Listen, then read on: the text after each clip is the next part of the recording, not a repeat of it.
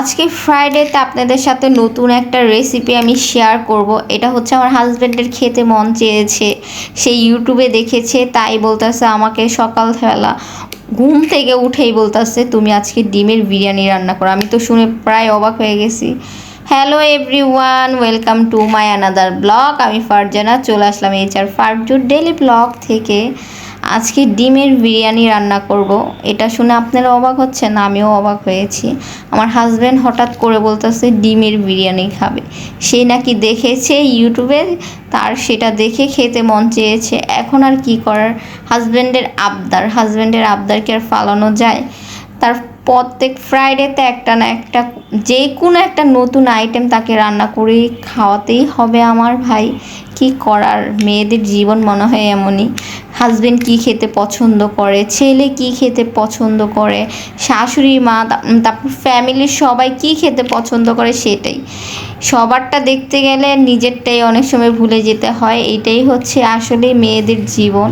মানে নিজের পছন্দের কোনো খাবার যে আদৌ আছে কি না সেটাও ভুলে যেতে হয়।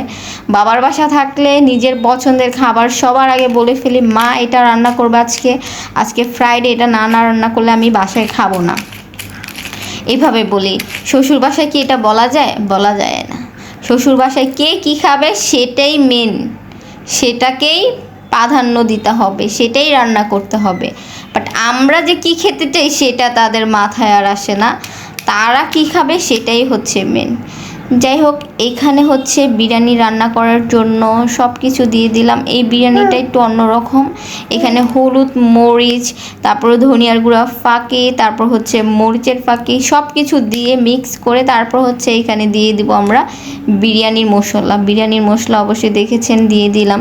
বিরিয়ানির মশলা মানে চাল পরিমাণ মতন দিবেন, যার যতটুকু চাল সে ততটুকু। আমি অল্প একটু দিয়েছিলাম।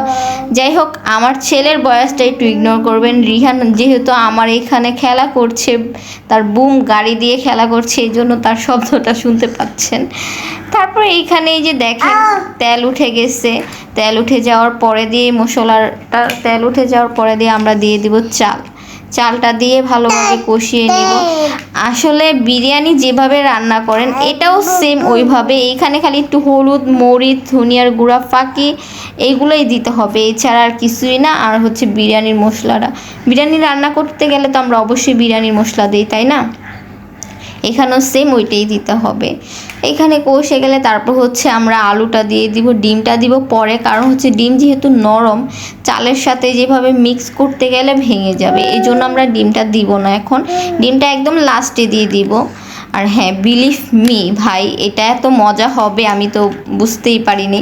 আমি ভাবছি শুধু দূরও এটা ভালো লাগবে না, কি রান্না করতেছি না রান্না করতেছি, আমার হাজব্যান্ডের মাথায় কি কখন ভূত চাপে একমাত্র আল্লাহই জানে। আমি বলতেছিলাম জামাই, আজকে যদি এটা না মজা হয় তোমার খবর আছে, তোমার কথা মতন আমি রান্না করতেছিলাম, এইটাই মনে মনে ভাবতেছিলাম। আজকে যদি মজা না হয়, আজকে সবগুলা যে আমার ছেলেটা আমি যখন বয়স দিতে যাব তখনই তার কথা বলতে হবে।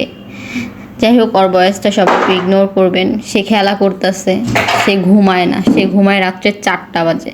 সেই 4টা বাজে কি আমার ব্লগ এডিট করার সময় পাই বলেন তো? তখন শরীরটা ক্লান্ত হয়ে যায়, তখন আমারও একটু মন চায় ঘুমাতে। কি করব, আমি যেইখানে যাব আমার ছেলেটা সেম ওইখানেই যাবে, অন্য জায়গায় যে বয়স দেবো সেইখানেও সে চলে যাবে। কথা বলতে বলতে এখানে আমার বিরিয়ানি অর্ধেক হয়ে গেছে, পানি দিয়ে দিলাম, তারপর হচ্ছে ঢাকনাটা ঢেকেও দিয়েছি। এই যে তারপর হচ্ছে মিডিয়াম আঁচে করে দিবেন। এটা হচ্ছে বিরিয়ানি যেভাবে রান্না করেন সেম ওইভাবেই রান্না করতে হয়, খালি হচ্ছে এইখানে কি দুধটা দিতে হবে না, টক দইটা দিতে হবে না। আমি রান্না করতেছি ভাই, এখানে দেখেন তারা বাবা ছেলে কি ঘুম নিশ্চিন্তায়, কারণ তাদের মাথায় কোনো টেনশন নাই। আমাদের ঘুম থেকে উঠলে নাস্তা রেডি পাবো, খাবার দাবার সব রেডি তো থাকবে, তাই না? তারা ঘুমাক, কি আর করার, এই গরমে আমারই রান্না করতে হবে, কিচ্ছু করার নাই। তারপরে এসে দেখি এখানে বিরিয়ানিটা হয়ে গেছে আমার, এই যে দেখেন প্রায় অর্ধেক হয়েই গেছে। তারপরে এখানে আমরা দিয়ে দিব এখন ডিমটা। এই যে দেখেন ডিমটা দিয়ে দিলাম। আমি হচ্ছে ফার্স্টে ভাবতেছিলাম যে 2টা ডিম দিয়েই রান্না করি, যদি মজা না হয় আমি ডিমটা পরেও আবার চাইলে দিয়ে দিতে পারবো, আরও 2টা অ্যাড করে দিছি পরে। পরে দিয়ে অ্যাড করে দিছি, যেহেতু দেখলাম মজা লাগছে এই জন্য আবার 2টা সিদ্ধ করে ভেজে পরে আবার অ্যাড করে দিছি। আর এইখানে পরে দিয়ে নামানোর আগে একটু হচ্ছে আপনারা ঘি দিয়ে নেবেন, ঘি দিলে অনেক মজা লাগবে। তারপরে রান্না বাড়া শেষ করে এইখানে এখন হচ্ছে তারা বাবা ছেলে ঘুম থেকে উঠেছে, তারপর হচ্ছে আমি নাস্তা করব এখন।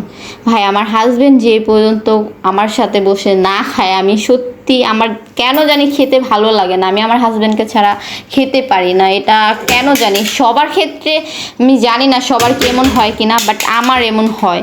তারপরে এখানে আমার ছেলে ফোন দেখতেছিল আর হচ্ছে কি করতেছে বলেন তো, পটি করতেছিল সে।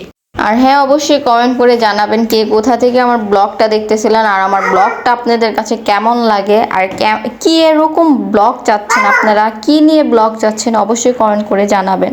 আমি জানি না কেন ফেসবুকের এত ভিউ কমে যাচ্ছে ভাই, আমি বুঝতে পারতেছি না এত ভিউ কেন কম।